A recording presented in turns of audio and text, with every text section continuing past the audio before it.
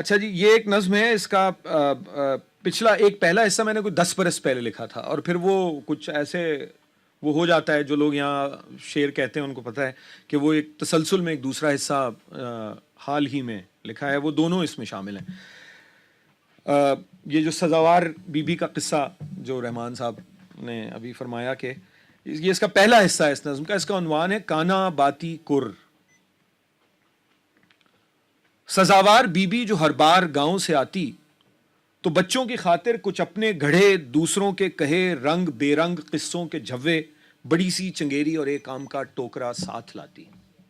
سزاوار چھجیا بڑی بی کی چھوٹی بہن تھی، مگر اس پہ اپنی الگ ایک پھبن تھی۔ بڑی بی تو گھر بھر کے سب کام کرتی، وہ اماں کے اور تائی جی کے اشارے سمجھتی، جو میتھی میں تازہ کلیجی کا سالن پکاتی، مسالوں کی خوشبو سے ساری گلی میں عجب اشتہا پھیل جاتی۔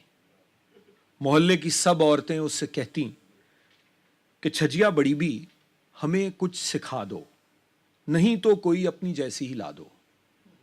سزاوار لیکن بہت مختلف تھی، اسے بس یہی کام آتا کہ سونے سے پہلے وہ بچوں کو قصے سناتی۔ کبھی وہ بہت بور ہوتے، کبھی دل لگاتے۔ سزاوار کا سانولا پن نمک سے بھرا تھا، سو گالوں پہ جو داغ تھے حاسدوں کو نظر تک نہ آتے۔ وہ باتیں بنانے میں یکتا، مصر تھی یہ چیچک نہیں آنسوؤں کے نشائیں، میں بچپن میں روتی بہت تھی۔ محلے کے بدخواہ سب کو بتاتے، سویرے سویرے سزاوار کو تایا جی اپنے پڑھنے کے کمرے میں لاتے، مگر تایا جی کا بڑا دبدبا تھا کہ آخر کو ہریانوی تاؤ تھے جن سے سب ڈانٹ کھاتے۔ تو کل رات بچوں کے کمرے میں آ کر سزاوار ببلو سے بولی، رے ببلو جو کنڈی لگا دو تو بہتر ہے، ورنہ کواڑ اس طرح بھیڑ دو تم کہ آواز باہر نہ جائے۔ کہانی برس ہا برس ہے پرانی، کسی ایک راجا کی جس کو رعایا نے خود اپنا راجا بنایا۔ ہمیشہ تو راجا ہی سینا بنا کے کبھی ایک دیس اور کبھی دوسرے کو فتح کرتے آئے، رعایا کو چنتے رہے ہیں، مگر مان لو اس طرح بھی ہوا تھا کہ پرجا نے راجا چنا تھا۔ جو میری نہ مانو تو پڑھنے کے کمرے میں جاؤ، کہانی ہے یہ بے تحاشا پرانی، یہ خود تایا جی سے پتا کر کے آؤ۔ کہاں کوئی جاتا کہ بچے بڑے ہو رہے تھے۔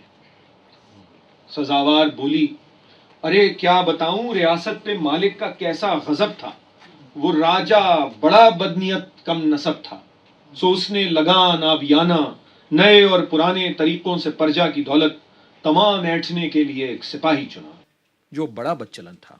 ہمیشہ سے ایسا ہی ہوتا رہا ہے، جو راجا بہت بدنیت ہو، وہ بدخو سپاہی کے بل پر ہنرمند خوشحال شاگرد پیشہ سبھی کے دلوں میں نئے خوف بوتا رہا ہے۔ سپاہی بڑا بدچلن تھا، وہ ہر رات بہروب بھر کر ریاست کی رانی کے کمرے میں جاتا۔ ارے کیا بتاؤں کہ تم سب تو چھوٹے بہت ہو، یہ عورت مرد اپنے اوپر جو بے غیرتی لاد لیں، ہائے ہائے کہیں کچھ نہ دیکھیں، خدا ہی بچائے۔ تو ہاں، پھر بغاوت سے بچنے کو راجا نے گلیوں محلوں میں مخبر لگائے، جنہیں ان کی لائی ہوئی ہر خبر کے بدل سونے روپا میں تولا، مگر چپکے چپکے سبھی مخبروں کو سپاہی نے مال غنیمت کا لالچ دلایا، انہیں اپنے دل میں ملایا، کہا ان سے ہم اور دیسوں پہ قبضہ کریں گے، یہ راجے مہاراج سب ہم کو سجدہ کریں گے۔ سپاہی نے پھر ایک دن زور سے اپنے راجا کی پدوی کو ٹھوکر لگائی، خدا ہمارے راجا نے بس منہ کی کھائی، ارے سو رہے ہو، ذرا سی جو باقی ہے وہ سن کے سونا، کہانی بھی بس ختم ہونے کو آئی۔ سزاوار نے یہ کہا تھا کہ باہر کا پھاٹک کسی نے بڑے زور سے دھڑ دھڑایا۔ قدیمی کہانی سے باہر نکل کر بڑے کیل کانٹے سے لیس اور اونچی سواری پہ چڑھ کر سپاہی کا مخبر سزاوار کو جیل لے جانے آیا۔ یہ اس کا دوسرا حصہ ہے۔ اب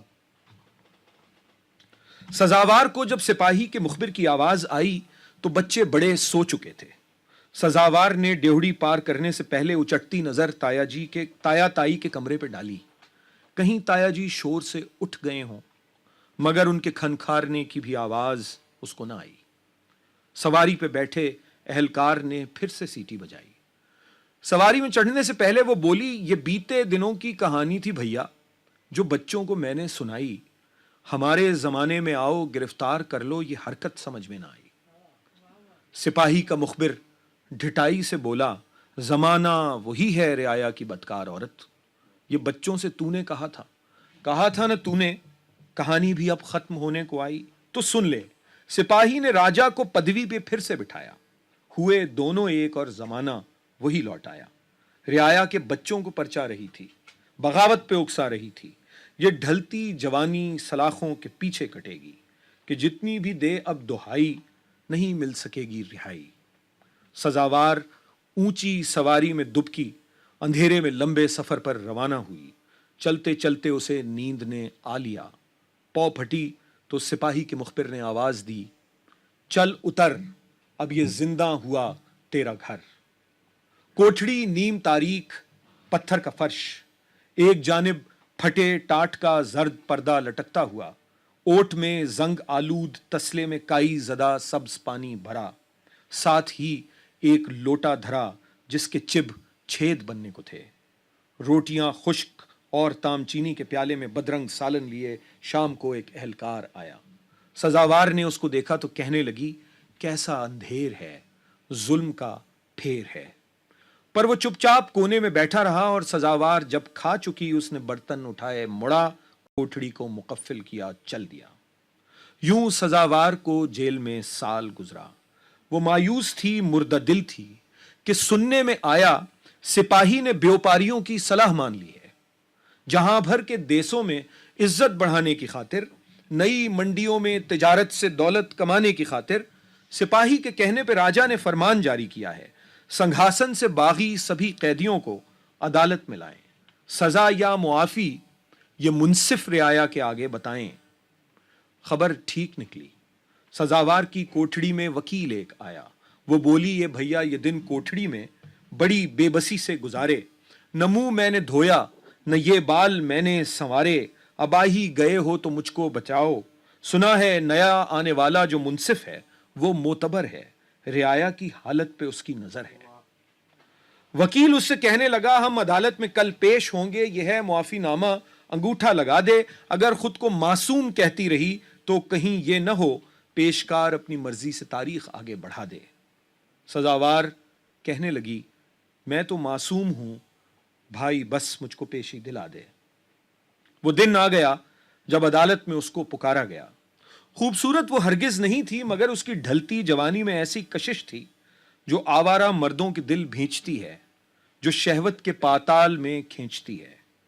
کٹہرے میں آئی تو منصف نے خواہش سے انگارہ آنکھیں سزاوار کے تن بدن میں گڑو دیں۔ اسے یوں لگا جیسے وہ کوئلوں کی انگیٹھی پہ بیٹھی ہوئی ہے۔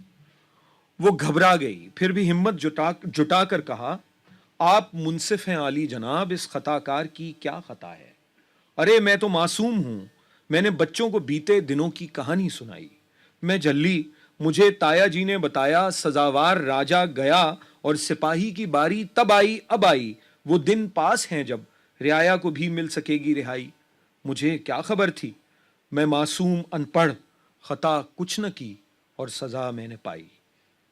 یہ سنتے ہی منصف نے ہرکارہ خاص کو ایک اشارہ کیا، تب وہ آگے بڑھا اور سزاوار کے کان میں کچھ کہا، بس وہ تھرا گئی اور بولی، یہ عالی جناب آپ کیا کہہ رہے ہیں؟ سزاوار چوبی کٹہرے میں یوں لڑکھڑائی۔ سپاہی کا مخبر، اہلکار سارے، وکیل اور منصف، بیوپاری، یہاں تک کہ راجا، عدالت کے اندر عدالت سے باہر، سبھی لڑکھڑائے۔ زمیں پھٹ گئی اور سزاوار اس میں سمائی۔ خدا حشر میں ہو مددگار میرا۔ سزاوار کی یہ کہانی جو میں نے سنائی۔ کافی